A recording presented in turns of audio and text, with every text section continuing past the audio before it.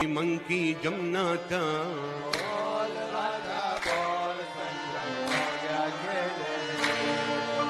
मेरी मंकी गंगा मेरी मंकी जमुना था बोल राधा बोल संगा बाजा मन राधे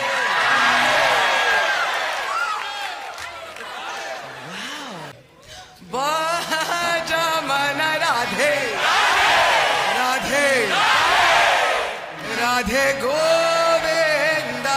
आपकी 4 पुश्तों पहले क्या थे आप लोग? ऑब्वियसली यहाँ पे सारे भाई पहले सिख थे और ये हिंदू थे, हिंदू के बाद मुस्लिम, फिर सिख, इस तरह था। अगर आप हिंदू धर्म को पढ़ें जिसकी हिस्ट्री सबसे ज़्यादा ओल्ड है, 8000 साल पुरानी है, कि ये संसार ये कैसे पैदा हुआ, इतने जीव पैदा किए, इंसान को पैदा करने के पीछे purpose. I predict that the 21st century is going to be the Indian century. Jai Sri Ram.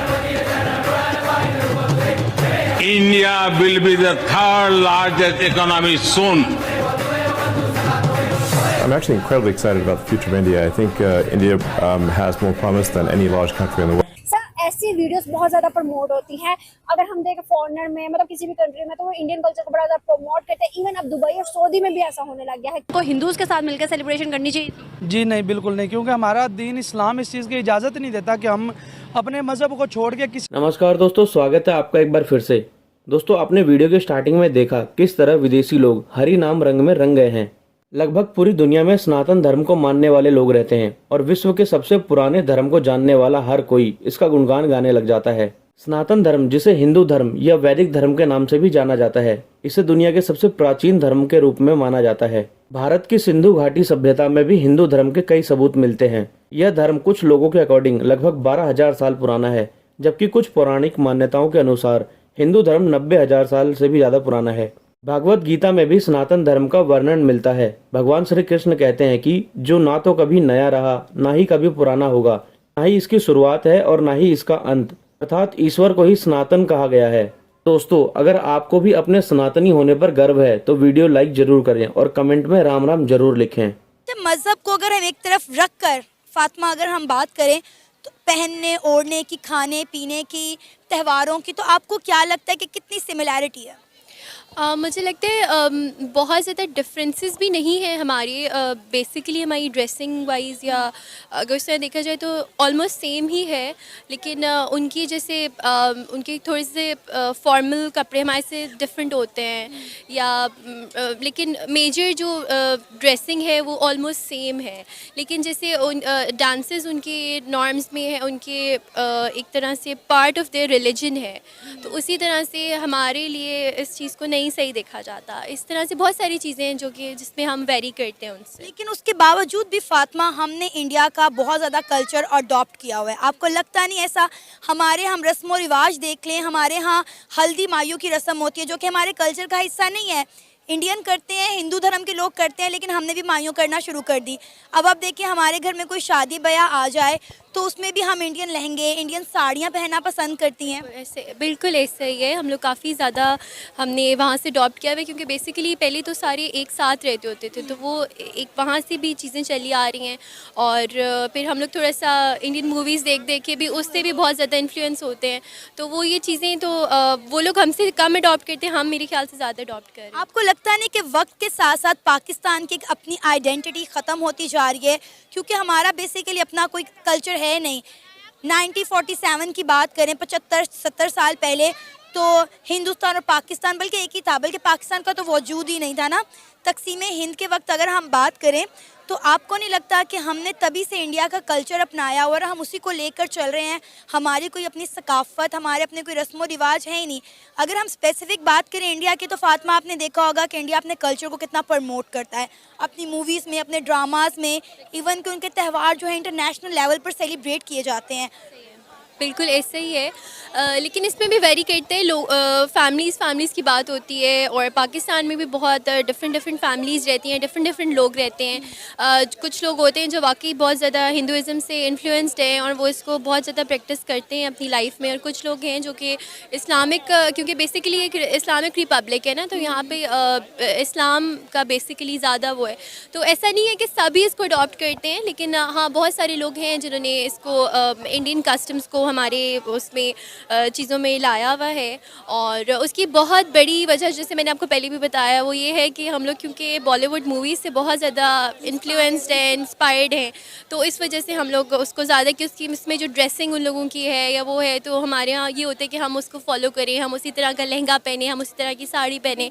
हालांकि हमारे यहाँ चीज़ें डिफरेंट हैं, होनी चाहिए। और इवन कि शादियों पे हम बात करें तो पाकिस्तानी गानों के बजाय इंडियन गानों पे ज़्यादा लोग इंजॉय कर रहे होते हैं, डांस कर रहे होते हैं। बिल्कुल ऐसे ही है। जब से अब बॉलीवुड मूवीज़ बैन हो गई हैं, तो हमारे सिनेमाज में मैं खुद पाकिस्तानी मूवी बहुत कम देखने गई हूँ, लेकिन ज़ाहिर है आप ये वाली चीज़ें हैं, फैक्ट हैं, लेकिन ऐसा नहीं है कि हमारे, इस बात को तो कोई इनकार अनम कर नहीं सकता है कि हिंदुइज्म जो है वो वर्ल्ड का सबसे ओल्डेस्ट रिलीजन है।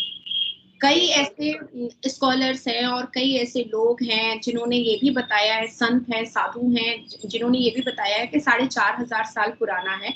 लेकिन मैं जो नॉर्मल बातें हैं मैं उसको अगर लेकर के चलती हूँ तब भी 3,500 साल पुराना है। तो हमारा इस्लाम अगर मैं काउंट करती हूँ तो 1550 साल पुराना है। और हिंदू जो रिलीजन है, हिंदुत्व जो सनातनी रिलीजन है, वो 3,500 साल पुराना है। और अगर संतों के हिसाब से जाते हैं तो 4,500 साल पुराना है। तो अभी आपको ये चीज माननी पड़ेगी कि अगर कोई रिलीजन है जिसमें भक्ति पाई जाती है, जिसमें श्रद्धा पाया जाता है, जिसमें विश्वास पाया जाता है, जिसमें बहुत सारी ह्यूमैनिटी पाई जाती है, मैनकाइंड पाया जाता है, तो उससे लोग अट्रैक्ट होते हैं, डेफिनेटली अट्रैक्ट होते हैं।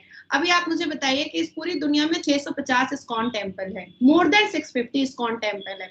इस्कॉन टेम्पल में क्या होता है, वहां पर हरे रामा हरे कृष्णा की पूरी बातें बताई जाती हैं। हमें बताया जाता है कि हरे रामा और हरे कृष्णा, राम भगवान और कृष्ण भगवान के बारे में जो जितनी भी बातें हैं, और मैं खुद इस्कॉन टेम्पल जो है वो पश्चिम बंगाल में है, वहां पर मैं जाकर के उसको विजिट करती हूँ। And this is not necessary कि आपको वहीं रहना है और वहीं आपको मतलब अपनी जिंदगी गुजारनी है, नहीं। फॉर द टाइम बीइंग भी आप उसको विजिट कर सकती हैं, आप वहाँ की बातों को सीख सकती हैं, जहाँ पर अच्छे कल्चर सिखाए जाते हैं।